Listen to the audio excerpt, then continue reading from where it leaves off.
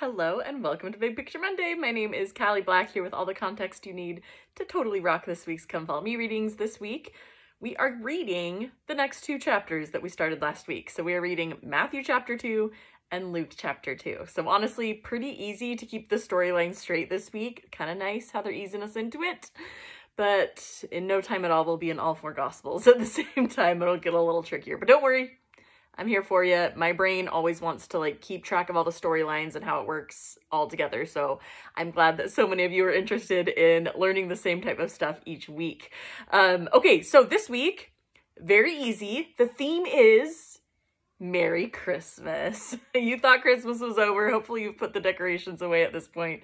I think we're pretty much there. But it is Christmas week again. Luke 2 is the most famous chapter that has the Christmas story. It has most of the details, but Matthew 2 also has one important story that we'll learn about as well. And these are the only books that cover Christ's birth. And we do cover Christ's birth, but we also cover everything else we know about Jesus before he actually starts his ministry. So we do know a few stories of things that happened to him as a young kid and a child, and as he grew and developed. Not very much though. But that's the theme for this week, is Christ's birth and anything else that happened before we get into Jesus's ministry beginning, which we will look at next week and the week after. Okay, I'm excited. Now, I'm gonna suggest one thing that is hard for me to suggest because my brain is very let's do things in order. And I usually read the Come Follow Me readings in the order of the scriptures that they list them, right? So Matthew 2 first and then Luke 2. I am going to suggest that you read Luke 2 first this week, and I'll explain why. It's okay to do that. I'm telling myself that more than anyone else. It makes more sense story-wise to read Luke 2 before Matthew 2. So if you're up for it, if you're up for switching things up, try Luke 2 before Matthew 2. And in fact, today as I talk, I'm going to talk about Luke 2 first, and then I'll talk about Matthew 2, just to hopefully help you feel a little more confident there. So let's start with Luke 2. Where we left off last week at the end of Luke 1, we had learned the story about Zacharias and Elizabeth giving birth to baby John. We are not going to cover their storyline at all this week, so just set that off to the side, not talking about John this week. But we did also learn that Mary was pregnant with Jesus. So that's where we had left off there. So Luke 2 begins with the very famous Christmas story, the one that you know about Mary and Joseph needing to go to Bethlehem to be taxed. So they go there, and that eventually Mary gave birth to Jesus and laid him in a manger because there was no room for him in the inn.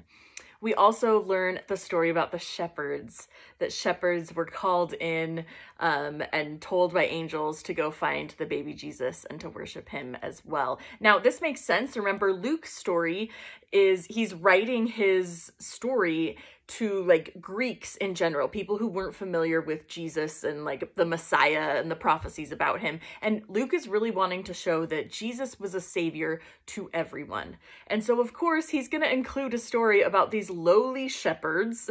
Who cares about shepherds? You know, they're just out doing their normal job, very common job for people to have. And yet angels came to shepherds and told them to go find the savior of the world and to go worship him. So seems like a very fitting story for Luke to include in his narrative. He's the only one to include the story about the shepherds or even all the details about Christ's birth, really.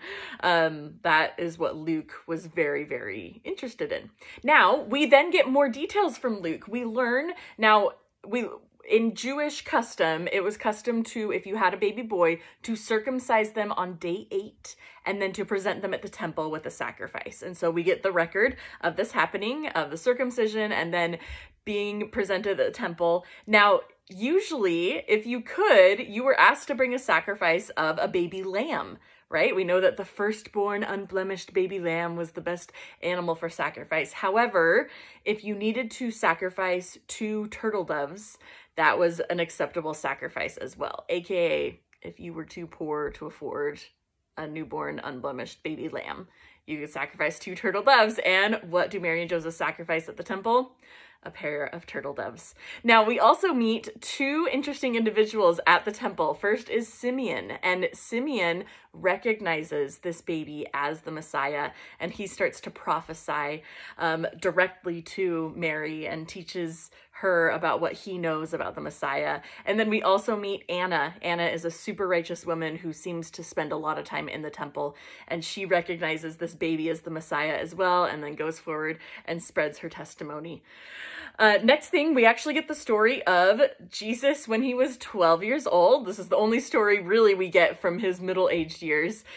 His entire family traveled to Jerusalem for the Passover. Now, if you think about what we learned last year about the Passover feast and the Jews traveling to Jerusalem to be where the temple is in order to celebrate the Passover feast, that makes sense, right? So his family and all of his kin and relatives, likely a very large group, travels to Jerusalem, participates in the Passover feast and celebrates everything, and then they start heading back.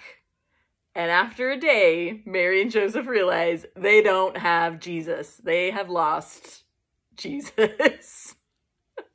Oh my goodness. Now, they head back to Jerusalem and they spend 3 days looking for Jesus. And where do they find him?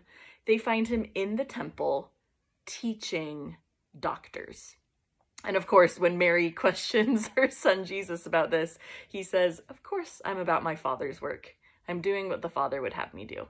And we continue to learn that Jesus then grew and developed as he got older. Okay, so that is what we learn in Luke's account this week, Luke chapter 2. Now let's go to Matthew's account, because at the end of Matthew chapter 1 last week, we actually learned about Jesus's birth. All that Matthew says about Jesus being born is that Mary had a son and named him Jesus. So that has already been established. That's why I recommend reading the full Christmas story first and getting all those details. But let's look at Matthew chapter 2. Now remember, Matthew is the one writing to the Jews. He's wanting to prove all the prophecies that the Messiah is fulfilling. And so you're going to see so many of that this week in this chapter. Matthew is like, look, prophecy being fulfilled, prophecy being fulfilled, prophecy being fulfilled.